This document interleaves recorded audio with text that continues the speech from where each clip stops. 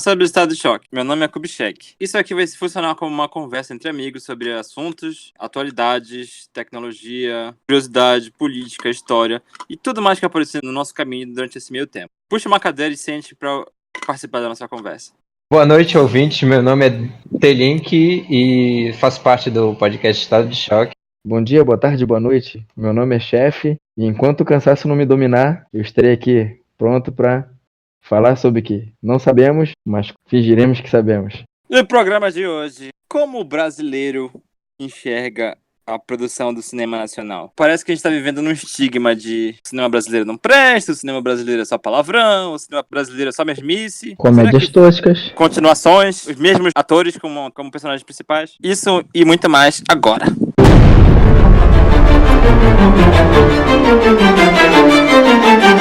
Hoje o brasileiro enxerga a produção do cinema nacional da forma mais pejorativa. Tem essa imagem que o filme brasileiro é só palavrão, é só putaria, e é só comédia pastelão com atores globais. Eu mesmo, dando uma rápida pesquisada pela internet, vim ver os últimos filmes que lançaram. Vendo agora eu entendo de onde talvez possa ter vindo esse estigma.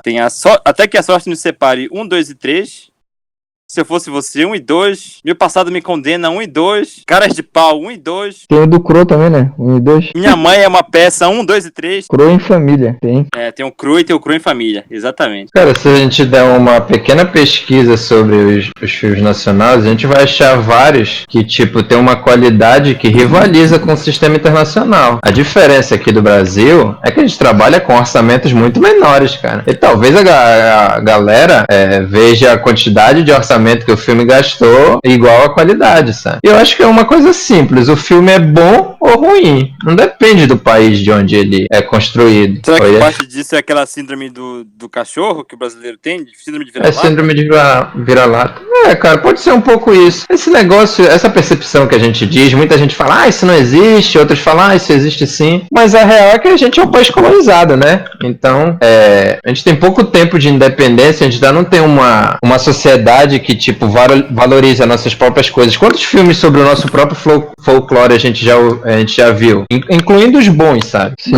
O brasileiro ultimamente tem falado tanto de patriotismo e eu não vejo eles exaltando o próprio país. Mas tu vê que até os canais de streaming, eles têm trazido novas produções, né, de outros países, né? Tem permitido isso aí. Que antes você assistia um filme, por exemplo, francês ou alemão, era uma parada meio cult, né? Só que agora você vê várias produções espanholas, alemães aí, tendo um maior contato, né? Até mesmo nacionais, né? As produções aí trazendo essa perspectiva, né? Dizer assim. É preciso reforçar que fora do eixo Rio-São Paulo, sim, existe sim cinema, existe produção audiovisual e muito boa, diga-se de passagem. Se vocês viram um filme chamado Bacurau, O Matador, Aquários, produção que saem do eixo cinematográfico das grandes distribuições e está restrito a salas menores. São filmes muito bons. Como vocês falaram no começo do programa, ultimamente a gente tem tido muitas comédias repetidas, trocando só o ator principal, digamos assim, mas a estrutura é a mesma. Ou comédias, por exemplo, com a Ingrid Guimarães, a gente tem várias. Com o ator global YZ, tem outras. Tipo, personagens diferentes, sequências 1, 2, 3, sabe? E como o Kubitschek falou, saem muito do Rio-São Paulo e dá aquela impressão de mesmice. Só que, se a gente for um pouco atrás, a gente consegue exemplos de filmes que não param num único gênero e tem uma qualidade excelente. Por exemplo, Alto da Compadecida, Central do Brasil, que chegou até a concorrer um Oscar, né? Conseguiu sair dessa bolha de só aqui do Brasil e conseguir alcançar o Oscar, que é um negócio super segregador, super fechado nas coisas de cinema estadunidense e tudo mais. E a gente ainda não se reconhece, sabe? Não se reconhece, não consegue ver, por exemplo, O Homem que Copiava, Os Tropas de Elite, O Homem do Futuro. São todos filmes. Tem filme de ficção científica, por exemplo, O Homem do Futuro. Dois Coelhos. Que são excelentes, cara. Exato, são filmes excelentes. Cara, tem um filme, não sei se vocês já viram também, que é dos caras da inteligência, antes da invasão lá do Complexo do alemão, sabe? Aquela invasão lá que os traficantes estão fugindo pela mata, que o Globocop lá tá... Eu lembro da reportagem, eu nunca ouvi Cara, falar tem no um filme. tem um filme que é com Caio Blá, é muito bom esse filme também. E tu vê que não, o filme não é muito conhecido. Que é os caras que estavam trabalhando já ali e eles não se conheciam, tá entendendo? Eles tinha cara que já tava ali há anos como traficante, tinha outro que era pizzaiolo, tava ali na comunidade, entendeu? E eles não se conheciam, mas eles reportavam já como funcionava ali o esquema ali dentro, entendeu? Bem interessante esse filme. Também fica fora do eixo aí, né? Dos filmes. É preciso dizer que parte dessa questão dos filmes badalados e do eixo Rio-São Paulo é porque os principais investimentos estão nessas regiões, onde tem as principais produtoras. Mesmo com políticas de incentivo para regiões norte, nordeste, sul, regiões consideradas fora do eixo, o que acontece aqui, que eu posso dizer com uma experiência aqui de produção cultural na região norte, que vem, parece meio surreal, mas é comum uma empresa de fora de Belém se associar num produtor, com um produtor daqui da região, para competir no edital aqui da região, ganhar o edital e produzir o filme em outro estado, que não aqui na região. O que eu a respeito disso é que o brasileiro devia valorizar as coisas do seu próprio país, assistir as coisas do próprio país, sabe, de peito aberto, para descobrir o que é que tem mais, sabe, porque se a gente for ficar só nessa superfície do mainstream, a gente vai ficar reforçando essa ideia que o cinema brasileiro não é bom, que o cinema brasileiro não tem competência, e isso não é nem questão de opinião, cara, isso é questão de não ser, sabe, isso é questão de conhecimento, isso é questão de que tá aí, sabe? Só porque tu não sabe não altera a realidade, sabe? O brasileiro não conhece a sua própria história. Eu ouvi outro dia a galera falando sobre...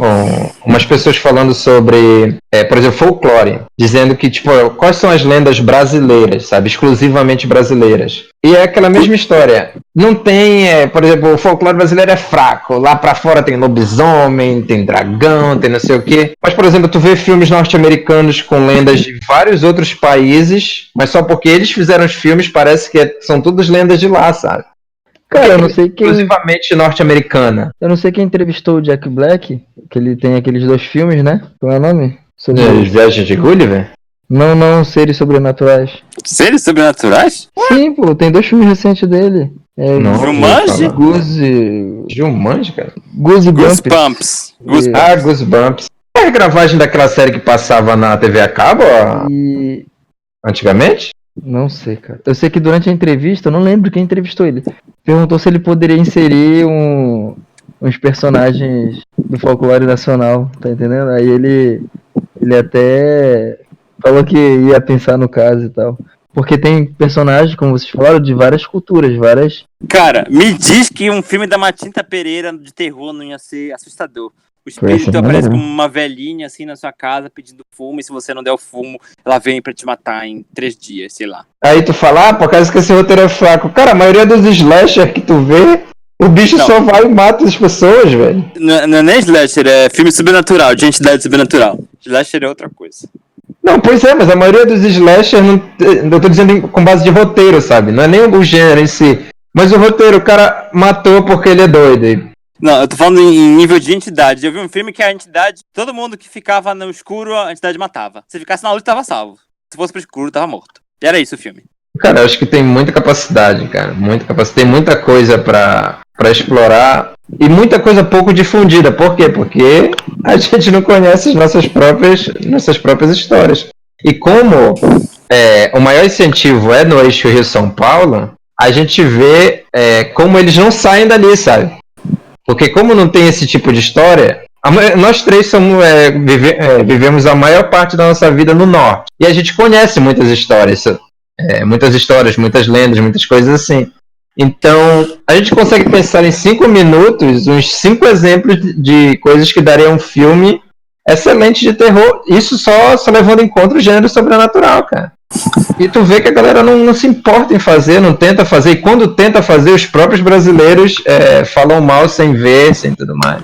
O que vocês acham que a gente poderia... Que medidas poderiam ser tomadas pra mudar isso aí? Eu tenho até aquele exemplo, quando foi lançar Os Vingadores esse ano, tem uma regra, né, que tem que ter salas reservadas para filmes nacionais, que se não me engano era até o de Pernas pro Ar 3. E aí deu uma polêmica, né, que os próprios brasileiros queriam que as salas fossem para Os Vingadores, né. Mas também, pernas pro ar é um péssimo exemplo, né, velho? Não, mas eu digo assim, até Não, eu entendi teu ponto, mas... até quando tem uma medida, ela não é suficiente. É essa a ideia que eu queria trazer, entendeu? Até quando tem uma medida legal, ela não é suficiente para incentivar a produção nacional ser vista como algo pertinente, válido, algo importante, né? Então eu acho que as medidas deveriam ser desde valorização cultural, desde o início, desde a educação ali do cara. No início ali. Mas eu talvez que seja mais eficiente. Eu não descarto totalmente essas medidas que estão em vigor. Mas eu acho que dá para torná-las mais eficientes. Em vez de obrigar a ter uma sala reservada, a gente poderia focar em produzir mais filmes com temáticas mais diferentes. A gente tem muitos exemplos de filmes bons, sabe? Só que a gente tem muita coisa para explorar e a gente se limita, cara. E se limita porque a maioria dos produtores só ficam no lugar comum, só ficam na comédia. É preciso fazer um contraponto aqui. Parte desse lugar comum deles vem do fato de que eles têm que ter financiamento, e financiamento depende de investidores. Investidores querem a comédia, querem o Leandro Hassum, querem o Selton Mello, querem algo que possa se vender. Isso tem esse ponto. Por exemplo, eles foram tentar fazer o Besouro. Veio com toda... Eu lembro mais ou menos da época. Estavam falando, a valorização do cinema. Eu lembro de alguma coisa assim. É um herói nacional, sabe? Uma coisa assim e tudo mais. E o filme foi legal, não foi muito bom. Foi bacana, me diverti assistindo. Só que, tipo, eles trouxeram muito mais o bafafá do que fizeram de filme, sabe? O filme foi ok, só que só fizeram isso. Aí, não deu certo. Com uma tentativa, não deu certo, não esquece, nunca mais vamos fazer nada a respeito. Eu acho que, tipo, a galera tinha que... Cara, os profissionais brasileiros, eles têm a capacidade. A gente tem os exemplos aí pra provar. Eles têm a capacidade de fazer fazer filmes bons, velho. Só que eles precisam, sabe? Sei lá, arriscar mais ou estudar mais as próprias, por exemplo, a gente falou muito sobre o negócio do sobrenatural, né? Estudar o próprio folclore, pesquisar, porque a gente tem o nosso próprio jeito de fazer cinema, cara, então vai ser já diferente, velho. Eu gostaria de ver, velho. Eu entendo, eu concordo com você, mas tem o ponto de que o cara, quando faz o filme, tem muito da visão criativa dele que ele quer expor, mas também tem a questão do que ele quer pagar as contas. Não, eu entendo, eu vejo a galera lá nos Estados Unidos, porque o meu filme não foi o que eu quis fazer por causa que cortaram a minha Zazinha. Eu entendo esse lado, só que é realmente frustrante o brasileiro falar que o Brasil não tem, substância pra fazer isso, como na verdade não é. Mais frustrado com essa produção nacional do que os produtores de filmes nacionais. Talvez, né? Não posso dizer por eles, eu sei dizer por mim. Eu sei dizer das pessoas que eu conheço aqui de produção audiovisual aqui no Brasil, na região. A galera é muito frustrada com o que dá e o que não dá pra fazer. Cara, a minha ideia, como eu disse, não só medidas legais, não, claro, são importantes, mas medidas de incentivo ali à valorização desde o início ali da criança, entendeu? Tipo, o dia do folclore. Poderia até se colocar ali no currículo escolar também, o estudo ali de mitologias. Tudo bem, às vezes, normalmente quem gosta de história foi impulsionado ali durante o ensino fundamental médio pelas mitologias ali, a grega, a egípcia, entendeu? Mas tu vê que isso não ocorre na nacional ali, dificilmente.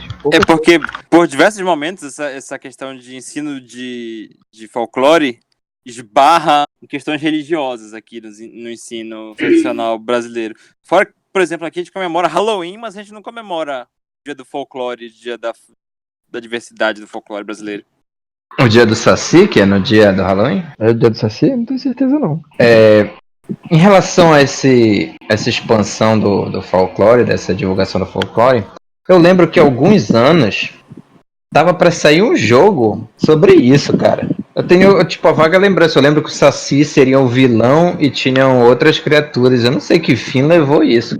Pra quem não sabe, tem uma lenda de que tem uma cobra grande embaixo da cidade. Tem uma lenda aqui que tem uma cobra que vai enterrada embaixo da cidade toda. Quando tem tremores, é a cobra se mexendo. Então não se mexe nunca, cara, que eu não lembro de tremores. É, porque nunca tem tremores, porque não tem cobra. Ou tem Os cobra, tremores tipo, são quando você está dormindo. tremores noturnos, acho que isso é por conta Cara, do aí tem estresse. um livro muito bom que é Lendas e Assombrações, né? Já viram? Já leram esse livro? Já, eu tenho esse livro. É muito bom esse livro. Aqui tem uma história da mulher do táxi. Eu não sei se toda cidade tem essa mulher do táxi ou isso aqui é exclusivo daqui, da mulher do táxi. A Josefina Conte? É esse o nome dela? Ah, eu não sei o RG dela, eu sei que ela fala que ela assombrava os táxis, cara. Você pode contar pra quem não conhece? A mulher do táxi. Eu não sei exatamente não, como tu falou. Eu acho que eu já ouvi tantas versões dessa. Eu sei que o nome dela é Josefina Conte.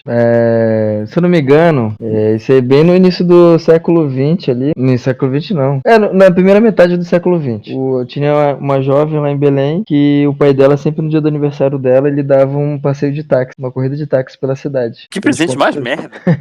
Porra, naquela época um Naquela passeio época, acho devia que ser passear show, velho. de carro deveria ser sinistro. E a cidade também, né? Deveria ser muito bonito. Não que Belém não seja Pop. bonito agora. E o táxi ela pegava meia-noite, se eu não me engano. E aí ia conversando com o taxista, falando: Ah, meu pai sempre me pagava tal coisa, sabe? Aquele papo furado que normalmente se tem quando tu pega um táxi. Pra eu dar a volta à cidade todo ano e tudo mais. E no final da corrida ela falava que já faz 50 anos, sabe? Que ela passeia pela cidade no dia do aniversário dela. Aí o motorista começa a rir e tudo mais, achando que ela tá de brincadeira com ele. E no final da história, ele fala pra ele passar no dia seguinte na casa dela Tem isso pra mesmo. receber o dinheiro. Isso. Aí, beleza, tá? E vai embora. E ela desce no ponto dela, né? Aí quando ela vai no dia seguinte receber o dinheiro na casa dela, as pessoas que moram lá falam que não conhecem ela. Só que quando o taxista, a pessoa abre a porta, tem um retrato dela assim na. Tem dois retratos, eu vi a versão dos dois retratos. Quais os dois retratos? Que aí ele aponta. Normalmente era o pai dela que atendia a porta. Agora já não é mais o pai, né? Que ela morreu, tipo, ele já deve ter morrido, mas, tipo, agora são parentes mais antigos. E existe mesmo essa família até hoje. Aí o taxista aponta pra um retrato e a pessoa que atende fala: Não, essa aqui não mora no Brasil. Aí ele: Não, mas não é esse, não, é o outro retrato. Aí não, essa aí já morreu. Era tipo assim, a versão que eu ouvia. Aí o taxista fica caralho, cara. Então o Denome ficou andando no meu Aí carro. o taxista Madrugada. fica piradão. O pior é que esse folclore não tem mais como continuar, porque em tempos de Uber, a entidade ia ter que ter uma conta no Uber. E ia ter que pedir o aplicativo. E tipo, o cara olha assim, não, mas tá aqui na corrida. E quando visse, não estava lá. Nunca Cara, existiu. Tem que ter uma série de possessões, assim, possuir a tecnologia pra Cara, poder. o motorista de Uber, falando na real, preferiria pegar um fantasma do que pegar o que ele pega, cara, porque tá foda pros caras, velho. Sequestro, roubo, tá foda. O Uber nos tem que patrocina, realmente. por favor. Tem que Uber- realmente. Cara, o Uber Uber- tem que fazer uma avaliação séria pros passageiros, velho, que tá foda. Uber Comfort agora vai estrear no Brasil. É aquele Uber que você pega e você paga uma taxa a mais pro motorista nem sequer olhar pra você, nem te cumprimentar. Passar a viagem toda em silêncio. É o sonho da classe média ter um motorista próprio que eles possam simplesmente dizer assim: pode ir, chofer, vá serviçal. Mas eu realmente tô preocupado com eles sobre a quantidade de assalto que os caras. Isso é um problema que vem desde o táxi, né? Tipo, só que o táxi era meio que um 50-50. Tu não conhecia o taxista e o taxista não te conhecia. Os dois meio que se arriscavam ali. No caso do Uber, o passageiro tem muito mais poder de punir o motorista do que o motorista de punir o passageiro. E eles estão se ferrando pesado, cara. Fugindo totalmente do assunto, mas eles estão se ferrando pesado. Tu tocou num ponto aí dessa questão aí de, às vezes, tem qualquer coisa assim. Por exemplo, deu o exemplo do Uber aí, que só uma mão, uma via, né? Ela tem domínio de ferrar com a outra. E é isso, ouvinte. Esse é o estado de choque. A gente começa falando de cinema nacional e termina falando de corrida de táxi. Se você gostou do nosso trabalho, ou mesmo não gostou, compartilhe com os amiguinhos felizes e infelizes. Inscreva-se no nosso feed, Spotify, Apple Podcasts, ou onde quer que você escute podcasts. Nos siga nas redes sociais, podcast Estado de Choque. Por hoje é só, amiguinhos.